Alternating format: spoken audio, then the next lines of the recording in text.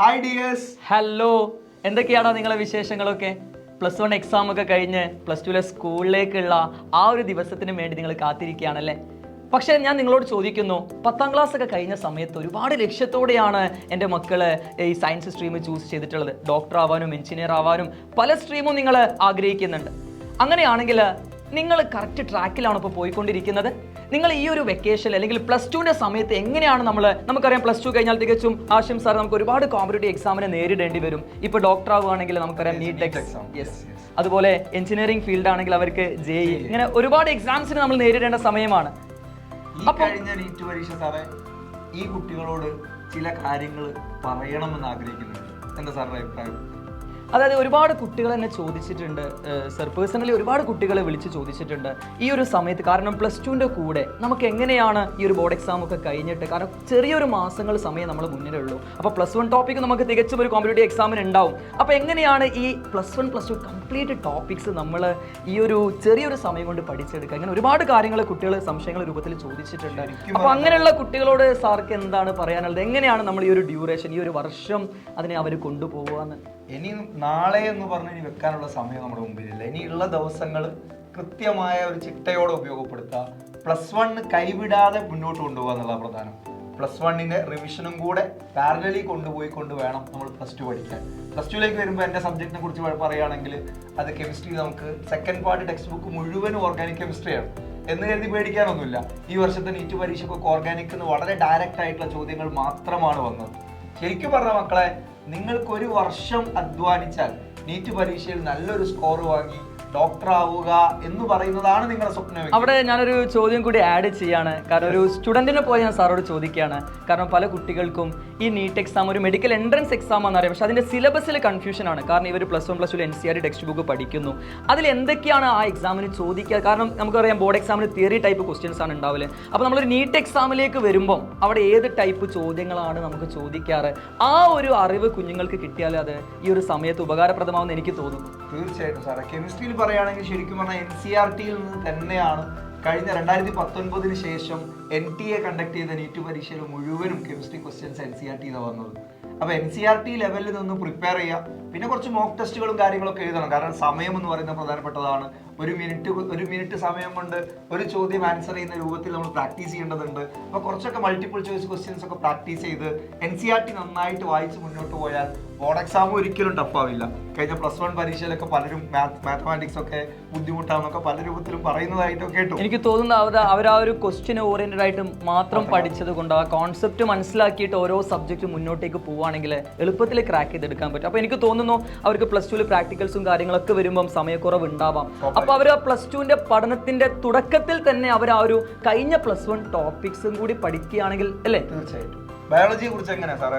കഴിഞ്ഞ 19 ചാപ്റ്റേഴ്സ് +1ലുണ്ട് അല്ലേ സാറേ? അതെ അതെ. അപ്പൊ അത്രയും ചാപ്റ്ററുകൾ അവരെങ്ങനെയായിരിക്കും ഒരു റിവിഷൻ സ്ട്രാറ്റജി സാർ? ആ ഒരു 19 ചാപ്റ്ററിലേക്ക് നമ്മൾ പോവുകയാണെങ്കിൽ നമുക്കറിയാം അവിടെ നമ്മൾ വെയിറ്റേജ് വളരെ ഇമ്പോർട്ടൻ്റ് ആണ് സാർ. ഓരോ ചാപ്റ്ററിൻ്റെ വെയിറ്റേജ് ഉണ്ട്. നമുക്കറിയാം ഇവരെ ബോർഡ് എക്സാമിന് +1 ആനിമൽ കിങ്ഡം ചാപ്റ്ററിന് വെയിറ്റേജ് കൂടുതലാണ്.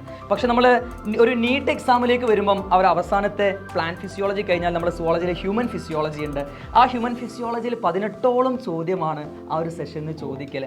അപ്പോൾ അങ്ങനെ വെയിറ്റേജ് നോക്കിയിട്ട് വേണം നമ്മൾ ഓരോ ചാപ്റ്റർ ഡിലീറ്റ് ചെയ്യണം സാറേ. അതെ, ഡൈജഷൻ ആൻഡ് അബ്സോർപ്ഷൻ എന്ന് പറഞ്ഞ ചാപ്റ്റർ ഡിലീറ്റ് ചെയ്യണം. 6ഓളം ഫിസിയോളജി ചാപ്റ്റേഴ്സ് ഉണ്ട്. ഓരോ ചാപ്റ്ററിനും 2-3 ക്വസ്റ്റ്യൻസ് ആണ് ചോദിക്കാറ്. ആനിമൽ കിങ്ഡം നമ്മൾ നോക്കുകയാണെങ്കിൽ അത് 4-5 ക്വസ്റ്റ്യൻ ചോദിക്കലുണ്ട്. ആസ് എ സിംഗിൾ ചാപ്റ്റർ അതിന്റെ വെയിറ്റേജ് കൂടുതലാണ്. പക്ഷേ ഓവറോൾ നമ്മളൊരു യൂണിറ്റ് വൈസ് നോക്കുകയാണെങ്കിൽ ഹ്യൂമൻ ഫിസിയോളജിക്ക് വെയിറ്റേജ് കൂടുതലാണ്.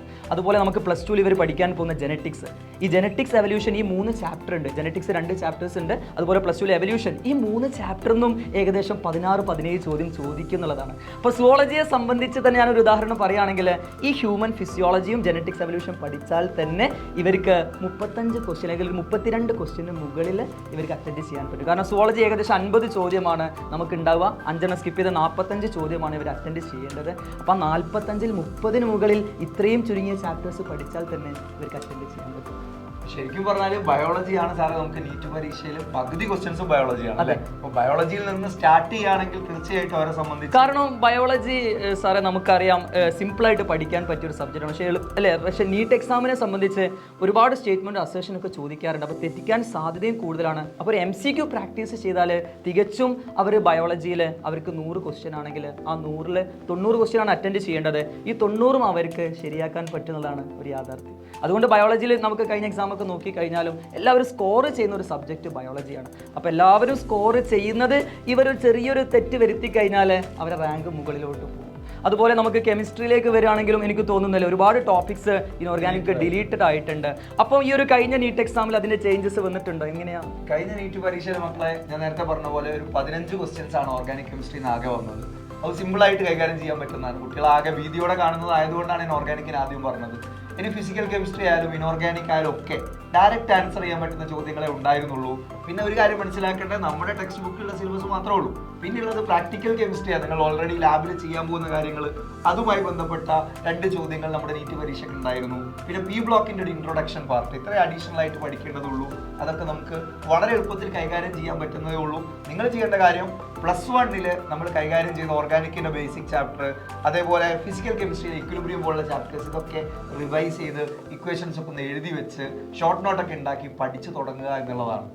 ഓക്കെ സാറേ, വേറെ എന്താ ഫിസിക്സിനെ കുറിച്ച് സാറേ? നമുക്ക് ഫിസിക്സും എനിക്ക് തോന്നുന്നു ഇപ്പോൾ സാറ് പറഞ്ഞ പ്രകാരം ഒരു ബയോളജി പോലെ തന്നെ നമുക്ക് കെമിസ്ട്രിയും അപ്രോച്ച് ചെയ്യാം. പക്ഷേ ഫിസിക്കൽ പാർട്ടൊക്കെ വരുമ്പോൾ ഒരുപാട് MCQs നമ്മൾ ചെയ്യേണ്ടതായിട്ടുണ്ട് അല്ലേ. അപ്പോൾ ആ MCQസിന്റെ നമ്പർ കൂട്ടിക്കഴിഞ്ഞാൽ നമുക്ക് ആ ഏതൊരു എക്സാമാണ് നമുക്ക് ക്രാക്ക് ചെയ്തെടുക്കാൻ പറ്റുന്നതാണ് സാറ് പറഞ്ഞിട്ടുള്ളത്. അപ്പോൾ അതാണ് എൻ്റെ കുഞ്ഞുങ്ങളോട് എനിക്ക് പറയാനുള്ളത്. ഇനി ഫിസിക്സ് സബ്ജക്റ്റിലേക്ക് വരികയാണെങ്കിൽ എനിക്ക് തോന്നുന്നു നമ്മൾ ചില ഫിസിക്സിൻ്റെ ഒക്കെ അധ്യാപകർ പറയാറുണ്ട് physics NCERT text book at least ഒരു തവണയെങ്കിലും വായിക്കണം എന്നുള്ളത്. കാരണം അതിനൊരു ലാംഗ്വേജ് ഭയങ്കര ബുദ്ധിമുട്ടാണെന്നാണ് കുട്ടികൾ പറയുക. കാരണം അവിടെയും ഇവിടെയൊക്കെ സ്പ്രെഡ് ആയിട്ട് ഒരുപാട് കോൺസെപ്റ്റ് കിടക്കുന്നുണ്ട്.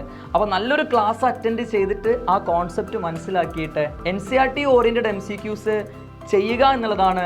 അതിൽ നമ്മൾ ഫിസിക്സ് എന്ന് പറയുമ്പോൾ തന്നെ കുട്ടികൾക്ക് പേടിയാണ്. പക്ഷെ യഥാർത്ഥത്തിൽ അതിന്റെ കാര്യം പോലും ഇല്ല. കഴിഞ്ഞ നീറ്റ് പരീക്ഷയിലൊക്കെ ഫുൾ മാർക്ക് സ്കോർ ചെയ്ത ആളുകളുണ്ട്.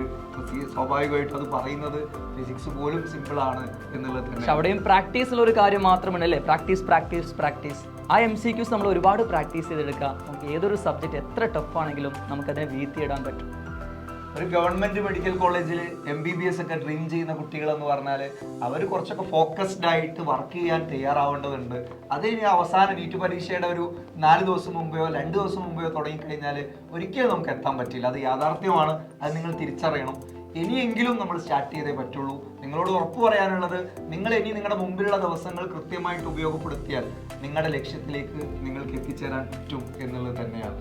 സോ മക്കളെ, ഡിസിപ്ലിനോട് കൂടി റിപ്പീറ്റഡ് റിവിഷനോട് കൂടി നിങ്ങൾ മുന്നോട്ടേക്ക് പോവുക. നിങ്ങളെ ഈ ഒരു ഡ്യൂറേഷനിൽ കംപ്ലീറ്റ് ഹവേഴ്സ് അല്ലെങ്കിൽ ആ കംപ്ലീറ്റ് ഓരോ നിമിഷവും നമ്മളെ ഏകൺ നിങ്ങളെ കൂടെയുണ്ട്.